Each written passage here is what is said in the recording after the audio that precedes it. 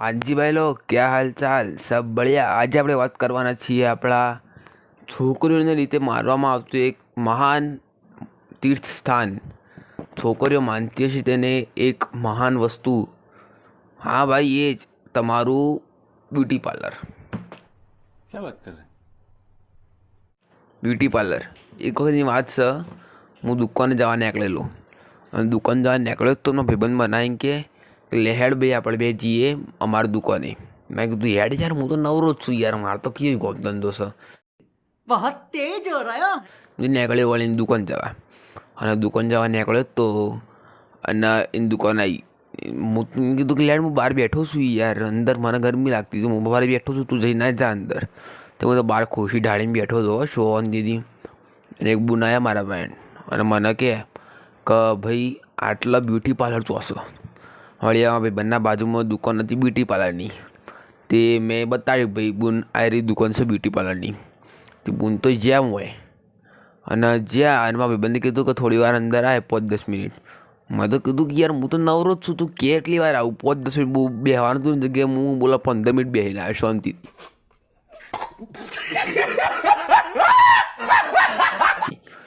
અમે હું કોમ ધંધો છીએ યાર. તે બેહીને પાછો બહાર આવ્યો શાંતિથી. હું ના ભાઈબંધ બે બહાર આવ્યા. બહાર જેવા આવ્યા ને, એક બુન બાર ઉભા હતા, મને કે થેન્ક યુ. હું વિચારવા પડ્યો છે એમ થેન્ક યુ કીધું આ બુને.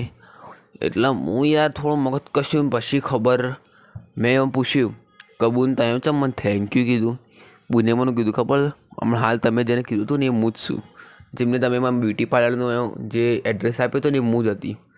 હું તો વિચારવા પડ્યો કે મેં આ બુનને આપ્યું હતું કે બીજી બુનને આપ્યું હતું. પછી મેં કીધું કે ના બોલ, મેં તમને તો આપ્યું, બીજી કોકને આપ્યું હતું. પેલા બુન કે મને જ આપ્યું હતું. હા, મને પછી રહી યાદ આવ્યું કે ઓલે દુકાનના બાજુ બ્યુટી પાર્લર છે એટલે એ જ હશે. પછી એટલે બોલો વિચારો ખરો ખાલી એક ફરક કંઈ યાર. શું કહું હું તમને, આ લોકો ભાઈ એટલું પ્લાસ્ટર મોઢા પર કરતા હોય છે ને. આ જે વ્હાઇટ દિવાલ છે ને, આ વ્હાઇટ દિવાલ આ રહી એવી પ્લાસ્ટર થોબડા પર કરતા હોય છે. તો આ છોકરી કૂદીને જશી પાઈ ચોગડી. હા ભાઈ, કૂદીને પાછા ચોગડી શીખવું કોઈક લાડવા નાખી શીખવું છે. અંદર ભગવાન વરદાન આપી છે કે આ ભાઈ જાત ને આવું કર્યું. ભાઈ એક વસ્તુ તમે ખોટી લાગે તો યાર સોરી, પણ એક વસ્તુ છે, એ જે પાવડર તમે જે મોઢા પર લગાવતો છે લિપસ્ટિક પાવડર, એના અંદર કહું એ સંખ્યામાં અંદર પાવડરના અંદર એટલું બધું કેમિકલ નાખવામાં આવે ને પૂછવાના મને.